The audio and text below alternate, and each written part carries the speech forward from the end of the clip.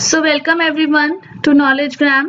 This is Mehak Swami and हमने UPSC geography optional का part 1 देखा था, डिस्कस किया था.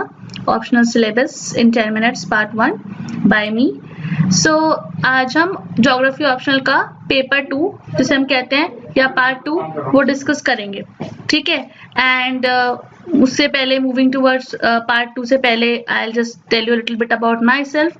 My name is Mehak Swami and I am a graduate and postgraduate in geography, graduation from Miranda House and my master's from Delhi School of Economics, and I have qualified NET 3 times, UGC NET, and I have co-authored the recent book on geography by Aryan Publications. So before that, if you people have watched part 1 of this series, geography optional syllabus, you can always comment. आप हमेशा comment कर सकते हो, आप अपने doubts पूछ सकते हो कहीं भी इस वीडियो पे या उस वीडियो पे. आप कोई भी अपने क्वेश्चंस पुट अप कर सकते हो कि कैसे कौन सा पार्ट में कैसा कंटेंट था, क्वेश्चन कैसे आते हैं, कहाँ से आते हैं उससे. सो ठीक है, अब हम डिस्कस करेंगे part 2 of that optional syllabus, right. So please follow us on Knowledgegram. Okay. So paper 2 जो है वो बेसिकली है geography of India, UPSC optional paper geography of India, जिसमें फिर जो उसके सब टॉपिक्स हैं वो है physical setting, resources, agriculture, industry, transport, communication and trade, cultural setting, settlements, regional development and planning, political aspects and contemporary issues, ecological issues. So ये 10 सब टॉपिक्स हो गए. अब इन 10 सब टॉपिक्स क्या या मेन टॉपिक कह सकते हैं, इसके भी सब टॉपिक्स होंगे. सो अब हम उन सब टॉपिक्स को या जो भी हम कह सकते हैं पार्ट्स को डिस्कस करेंगे. So let's start with physical setting. Physical setting का मतलब क्या होता है? फिजिकल सेटिंग होती है इंडिया में कौन सी चीज कहाँ पे है, कैसे इंडिया का स्ट्रक्चर है. जैसे हमने उस दिन देखा था फिजिकल ज्योग्राफी, मैंने कहा था कि there is a thing called geomorphology. कैसे कोई चीज क्रिएट हुई है, कैसे वो बनी है, कैसे कहाँ पे प्लेन्स हैं, कहाँ पे माउंटेन्स हैं, right. So now we are talking about India के एस्पेक्ट में, इंडिया के कंसर्न में बात करेंगे. हम देखेंगे कि इंडिया कहाँ पे है, उसका नेबरिंग कंट्री से क्या रिलेशन है. हम देखेंगे इंडिया के फिजियोग्राफिक रीजन्स कैसे हैं. फिजियोग्राफिक रीजन्स का मतलब है कि हमें पता है हिमालयाज है, हमें पता है कि उससे हम नीचे मूव करेंगे तो गंगा के प्लेन्स हैं, हमें पता है कि हम उससे भी नीचे मूव करेंगे तो सेंट्रल इंडिया है जहाँ पे प्लेटूज हैं.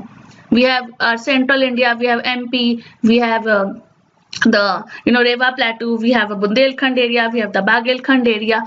उसके बाद हम जाएंगे तो हम सदर्न इंडिया की बात करेंगे, हम डेक्कन प्लेटू की बात करेंगे. ठीक है. हम नॉर्थ ईस्ट इंडिया में जाएंगे, हम 7 सिस्टर स्टेट्स की बात करेंगे, उनकी फिजियोग्राफी देखेंगे, हम वेस्टर्न इंडिया देखेंगे, हम कोस्टल प्लेन्स देखेंगे, आइलैंड्स भी देखेंगे. सो दिस इज हम 11th 12th एनसीईआरटी में पढ़ते हैं कि फिजिकल सेटिंग्स कैसे होती हैं.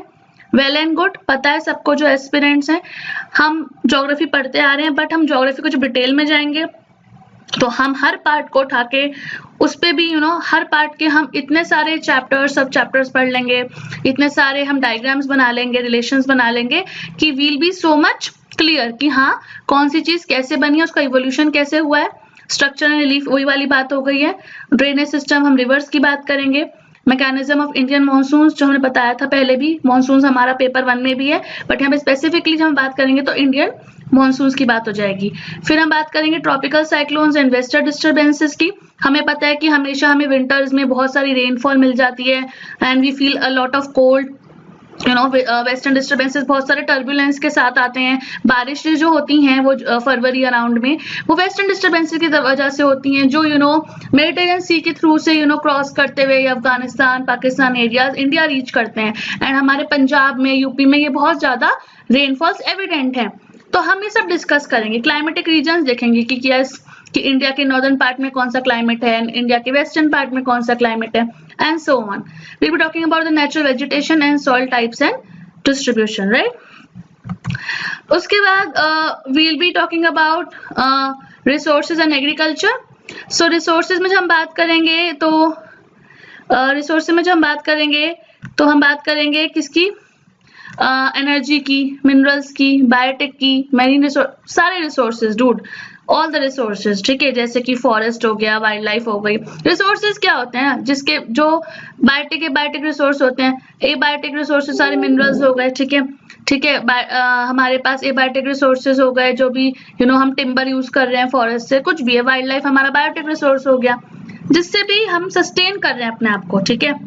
एनर्जी हम ले रहे हैं, एनर्जी क्राइसिस क्या है कि हमें जैसे हमें पता है कि एक होती है इलेक्ट्रिसिटी जो थर्मली जनरेट होती है, आजकल तो वो सोलर और विंड से भी जनरेट हो रही है, तो हमें पता है कि एनर्जी कहाँ चाहिए, एनर्जी हमें क्यों चाहिए, ताकि हमारे घरों में इलेक्ट्रिसिटी आ सके, सब हीटेड रहे, ताकि हम अपने इरिगेशन दे सकें, वाटर पंप चला सके फील्ड्स में, जिससे हमारी इंडस्ट्रीज चल सके। बट अगर वहां पे कमी हो गई, वहां क्राइसिस आ गया, तो वो कैसे देखेंगे। Talking about agriculture then, right, agriculture में talk about infrastructure, you talk about irrigation, seeds, fertilisers, सब कुछ देखेंगे हम। पता है ऐसे क्वेश्चंस भी हम जाएंगे, फिर हम क्वेश्चंस पर भी जाएंगे कि यार क्यों हो रहा है ऐसा, why agriculture is so important, हमें डिस्कस ही क्यों करना है एग्रीकल्चर, इसलिए करना है क्योंकि इंडिया की मेजॉरिटी लोग हमारे एग्रीकल्चर पर ही डिपेंड करते हैं, right. Then you're going to the cropping pattern, you're going to the crop combination, going to land capability, right, all this stuff we're talking about. Agro and social forestry, जो हमने देखा था कि social forestry हमारे paper 1 में भी थी, तो वो हम देख लेंगे, ओवरलैप कर लेंगे। हमें पता होना चाहिए कि मेजर क्रॉपिंग रीजन्स क्या हैं, कि जैसे कि कोई एरिया है वो राइस और जूट के लिए फेमस है, कोई एरिया है जहाँ पे सिर्फ वीट प्रोडक्शन होता है, कोई एरिया इतना ड्राई एरिया, कुछ क्रॉप्स इतने ड्राई एरिया में उगते हैं, ठीक है, कल्टीवेट होते हैं, मेज हो गए, मिलेट्स हो गया, ठीक है, अपग्राम हो गया कुछ, ठीक है, कुछ हमारे टेम्परेट हिमालयन रीजन है, जहाँ पे जैसे कहीं से हमें ऑर्चिड्स होते हैं, जहाँ पे जैसे हमारे पास जहाँ से हमें पोटैटोज मिलते हैं, जहाँ से हमें एप्पल्स मिलते हैं, ये सारे फ्रूट्स, ये सब एरियाज कहाँ से आते हैं। जैसे हमको पता होगा, हमने सुना भी होगा कि यार एप्पल्स हिमाचल से आ रहे हैं, वो फेमस है, हिमाचल से एप्पल्स आते हैं। सो क्यों आते हैं, क्योंकि वहाँ का क्लाइमेट वैसा होगा, वहाँ की सुटेबिलिटी वैसी होगी, right. So this is how things go. Agriculture is the basic part, ठीक है। अगर हम ज्योग्राफी का वो कमांड एरिया है, ठीक है, वो कोर एरिया है, बट हर इंसान को पता होना चाहिए, स्पेशली एक यूपीएससी एस्पिरेंट को, कि एग्रीकल्चर क्या है। ग्रीन रेवोल्यूशन इतना ज्यादा इंपॉर्टेंट टॉपिक है, फिर उसमें सारे फैक्टर्स आ जाएंगे, इंस्टीट्यूशनल फैक्टर्स आ जाएंगे, टेक्नोलॉजिकल फैक्टर्स आ जाएंगे, कैसे हमारा फूड शॉर्टेज थी 1960s में, व्हीट रेवोल्यूशन हो गया, ग्रीन रेवोल्यूशन हो गया, कैसे हमने HYV सीड्स इंपोर्ट करी, all these things will come under green revolution. Dry farming की सिग्निफिकेंस क्या है, जहाँ पे वाटर की क्राइसिस होती है, उन एरिया में फार्मिंग तो होती होगी, वहां के लोग भी कुछ ना कुछ कंज्यूम करते हैं, so significance of that farming, livestock resources, white revolution, aquaculture and all this stuff, right. So if I talk about sericulture, apiculture, poultry, agroclimatic regions, right, agroclimatic zones, agro ecological regions, तो हम यही देखेंगे। अब ये सब हमें देखने में ना एक जैसे लगते हैं, ये सब हमें देखने में एक जैसे लगते हैं, बट अलग होते हैं। लाइफ स्टॉक रिसोर्स अलग होता है, व्हाइट रेवोल्यूशन अलग होता है, एक्वाकल्चर अलग होता है, एपीकल्चर अलग होता है, कोई बी का कल्चर होता है, कोई फिशरीज का कल्चर होता है, कोई सिल्कवर्म रेस करने का कल्चर होता है, ठीक है। Life stock as a whole में सारा लाइफ स्टॉक आ जाता है, जिससे भी हम प्रोडक्शन डेयरी हो सकती है, उसमें पोल्ट्री हो सकती है, राइट। हम एग्रोक्लाइमेटिक जोन्स देखेंगे कि क्लाइमेट कैसे डिवाइड हुआ, agroclimatic zone agro ecological zone से कैसे अलग है, we'll be watching that too, right? Okay, so then moving towards the next, let's move towards the fourth topic of paper 2. So we have industry, transport, communication and trade. तो industry में हम देखते हैं, industry में evolution of industries कैसे हुई, locational factors क्या हैं, कॉटन इंडस्ट्री कैसे बनी इंडिया में, जूट इंडस्ट्री कैसे बनी, textile industry, iron and steel, aluminium, fertiliser, paper, chemical, pharmaceutical, automobile, cottage, agrobased industry को फिर से हम एग्रीकल्चर से रिलेट कर सकते हैं। इंडस्ट्रियल हाउसेस कौन से होते हैं, कॉम्प्लेक्सेस कौन से होते हैं। इंडस्ट्रीज में हमें पॉलिसीज भी पढ़नी है, ठीक है। 1956 की इंडस्ट्रियल पॉलिसी क्या थी, 80s तक आते आते चेंज कैसे हुई, करंट इंडस्ट्रियल पॉलिसी क्या है, हमें ये देखना है कि एक इंडस्ट्री अगर कहीं लोकेटेड होती है तो उसके रीजंस क्या हैं, क्या उसके पीछे कोई थ्योरीज हैं, अगर वो थ्योरीज हैं तो वो क्यों हैं, वो कैसे वर्क करती हैं। इंडस्ट्रियल रीजन्स कौन से इंडिया के, ठीक है, कि मुंबई पुणे इंडस्ट्रियल रीजन कहाँ है, गुजरात इंडस्ट्रियल रीजन कहाँ है, छोटा नागपुर रीजन क्या है, कहाँ पे बहुत ज्यादा सीजर्स बनता है, कहाँ पे बहुत ज्यादा लॉक्स बनता है, या फिर कहाँ पे बहुत ज्यादा सारा कोल एंड आयरन प्रोडक्शन होता है, तो वो इंडस्ट्री से कैसे रिलेशन है, मतलब रॉ मिनरल्स से इंडस्ट्री कैसे रिलेटेड है, we have to do that also, ठीक है। वी हैव टू सी कि where are scientific goods, like for example if you know कि साइंटिफिक गुड्स कौन से सिटी में बनते हैं, कौन सी टाउन है जो बहुत इंपॉर्टेंट है साइंटिफिक गुड्स की, तो do comment in the comment section on this video. Also, if you know where is the integral coach factory located, ठीक है, उस सिटी का नाम भी लिखना, एक क्लू है कि उस सिटी में लेदर एंड कॉटन प्रोडक्शन भी बहुत होता है। So integral coach factory and scientific goods. उसके बाद you come to transport, communication and trade. So देखो ये बहुत इजी सा लग रहा है देखने में, ये रोड है, रेलवे है, पर दिस अ लॉट थिंग्स, इसके अंदर बहुत चीजें हैं, ठीक है। रोड कहाँ बनती है, रेलवे कहाँ है, कौन से NH हैं, कौन से SH हैं, national highway, state highways, rail में कितने जोन्स हैं, 17 जोन्स हैं, उनके हेडक्वार्टर्स कहाँ हैं, वाटरवेज कितनी हैं, 6 नेशनल वाटरवेज हैं, या कौन सी अंडर कंस्ट्रक्शन है, या कौन सी सबसे ज्यादा लंबी है, लेंथ वाइज कौन सी सबसे ज्यादा क्रूशियल है, ठीक है। उसके बाद we talking about trade balance, trade policy, export processing zones, development in communication information technology, IT, हमें क्लास 8 के NCERT में भी मिल जाएंगे टॉपिक्स, बट हमें यही देखना है कि हमें ऑप्शनल के लिए वो कैसे पढ़ना है, कैसे वो NCERT से, कैसे वो जनरल स्टडी वाले पर्सन से, कैसे वो SSC वाले एग्जाम से, कैसे वो कोई भी XYZ कॉम्पिटिटिव एग्जाम से अलग है। इंडियन स्पेस प्रोग्राम मुझे बहुत इंटरेस्टिंग लगता है, बहुत इंटरेस्टिंग होता भी है, GSLV, PSLV, ASLV, everything will be covered under it. So yeah, this is how we have covered 4th and 5th topic. This is the eraser, I have to use it, I have no other option, so please bear with it. Okay, so now we'll be going to the next slide, and the next slide will talk about cultural setting। अच्छी है, काफी sociological, लोगों को बहुत अच्छी लगती है, जो सोशियोलॉजी में और सोसाइटी के इश्यूज में बहुत रहते हैं। तो हम देखेंगे कि हिस्टोरिकल पर्सपेक्टिव क्या है इंडियन सोसाइटी का, racial, linguistic and ethnic diversities क्या हैं, रिलीजियस माइनॉरिटीज क्या हैं। हम द हिंदू में जो भी पढ़ते हैं ना, हम दलित पे पढ़ते हैं, हम साबरीमाला वाला इशू पढ़ा था, हमने बहुत सारे इश्यूज पढ़े थे, हमने डेंसिटी ऑफ पॉपुलेशन पढ़ा, हमने डेमोग्राफिक एट्रीब्यूट्स पढ़े, राइट, हमने सेक्स रेशियो पढ़ा, हमने एज स्ट्रक्चर पढ़ा, हमने लिटरेसी रेट पढ़ा, हमने वर्क फोर्स पढ़ा, हमने डिपेंडेंसी रेशियो पढ़ा। ये सब कुछ जो है ये कल्चरल सेटिंग का पार्ट है। Moving towards the settlements, we have types, patterns and morphology of rural settlements, we have urban developments, we have morphology of Indian cities, we have functional classification of Indian cities, we have conurbations, we have metropolitan regions, जैसे हमारा Delhi metropolitan area है, we know it well. So, and we have slums, we have town planning, we have problems of urbanization and remedies, ठीक है, ये सब हमारे पास है, ये इसमें cover होगा। Moving to the next regional development and planning, we have experience of regional planning in India, we have 5-year plans, we have integrated rural development programs, we have panchayati raj, we have command area development, we have watershed management, we have planning for backward area, we have desert, drought prone। इसमें देखेंगे कि 5-year plan कैसे evolve हुए, हमें देखना है किस plan ने क्या लाया, जैसे कि 6 5-year plan बहुत फेमस था क्योंकि गरीबी हटाओ को बहुत यूज कर रहे थे, पर हमें देखना है कि फर्स्ट सेकंड 5-year प्लान ने तो फाउंडेशन ही डाली है इंडिया के डेवलपमेंट की। कौन सा महालनोबिस प्लान है, ठीक है, कौन सा हेरोड डॉमर वाले पे बेस्ड है, किसने कितना ग्रोथ रेट सेट किया और कितना ग्रोथ रेट अचीव किया, दोनों में फर्क है। हमें देखना है कि पंचायती राज ने कैसे पूरा इंडिया का सिस्टम चेंज कर दिया, how it has actually changed the scenario of Indian development, of Indian cities, more than cities, of villages, of the fringe areas. We talk about the island territories. Moving to the next one is political aspects, where we have the geographical basis of Indian federalism, we have state reorganization, 1956 का state reorganization, Andhra Pradesh सबसे पहले, उसके ऊपर बात हुई थी कैसे divide होगा, जैसे स्टार्ट हुआ था, एंड जैसे हमारे गुजरात अलग हुआ, जैसे हमारा मुंबई अलग हुआ, पहले महाराष्ट्र में, all these things will be covering, कैसे स्टेट्स पहले 14 थे, आज वो 28 29, मतलब ऐसे they have increased, they have got divided because of the differences between people, their languages, some talked about administrative basis of separation, some talked about the linguistic basis of differentiation, then there's interstate issues, then the international boundary of India, then there's cross-border terrorism, right? So इस फिर से political aspect बहुत ज्यादा IR का part है, ये political aspect बहुत ज्यादा द हिंदू का पार्ट है, पॉलिटिकल वीकलीज का पार्ट है, economic weekly, everywhere all the economic political main times magazines.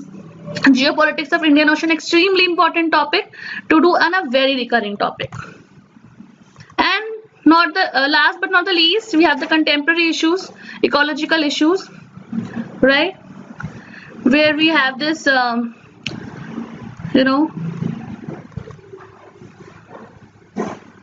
where we have this environmental hazards, landslides, earthquakes, tsunamis, floods, droughts, epidemics, ठीक है? ये सारे कंटेम्प्रेरी इश्यूज हैं, ठीक है? लैंडस्लाइड्स होते हैं, बहुत कॉमन है, हम देखते हैं कि यार वहां पे लोग फंस गए हैं somewhere, some of the mountain area, there is no accessibility left, people are stranded on the one side, and then they are stranded on the other side, then you have tsunamis, as I told you, very famous 2004 की tsunami, फिर तो Japan में भी आई थी, if I am not wrong, in 2011, and then उसके subsequently वहाँ पे nuclear reactor भी blast हो गया था. So chain of events happened. Earthquakes, the famous topic.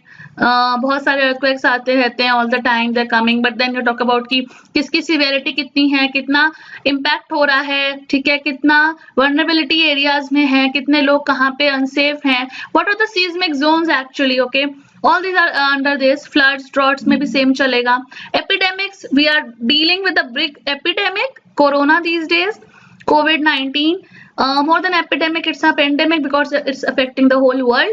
But again, we have to deal with it, and epidemic becomes all the more important now, right? For the perspective of mains and prelims as well. Then issues related to environmental pollution, changes in pattern of land use, principles of environmental impact assessment, जिसे हम बोलते हैं EIA, right? ऐसा ही writing है, just bear. So EIA is environmental impact assessment, जो बहुत important है. कोई भी प्रोजेक्ट को पास करने से पहले भी दिल्ली मेट्रो के केस स्टडी भी हम पढ़ सकते हैं. हम मुंबई के बहुत सारे जो हम चॉल एरियाज बोलते हैं उसका स्टडी पढ़ सकते हैं कि वहाँ पे अगर हमको लोगों को रिमूव करके कोई इंडस्ट्री सेटअप करनी है तो उसके पहले हमें EIA देखना पड़ेगा कि इसमें कितना एनवायरमेंट पे इम्पैक्ट पड़ेगा. उन लोगों पे तो पड़ेगा ही, कितना एनवायरमेंटली इम्पैक्ट पड़ेगा, right? Then you have environment impact, मतलब कि कितना, फॉर एग्जाम्पल वही अगर हम इको सेंसिटिव जोन्स की बात करते हैं वो EIA लेजिस्लेशंस के अंदर आते हैं क्योंकि वो बहुत सेंसिटिव जोन्स होते हैं. हम कोई भी जाके वहाँ कुछ भी इंडस्ट्री सेटअप नहीं कर सकता, कोई भी जाके वहाँ पे कुछ क्रिएट नहीं कर सकता है अनलेस एंड अनटिल उसके पास परमिशंस, और even if the permissions are there, कुछ तो बिल्कुल रिस्ट्रिक्टेड एरियाज होते हैं कि यहाँ पे तो कुछ होगा ही नहीं, because this is actually a pure species, pure wildlife area, pure fauna flora area. You don't have to disturb this area.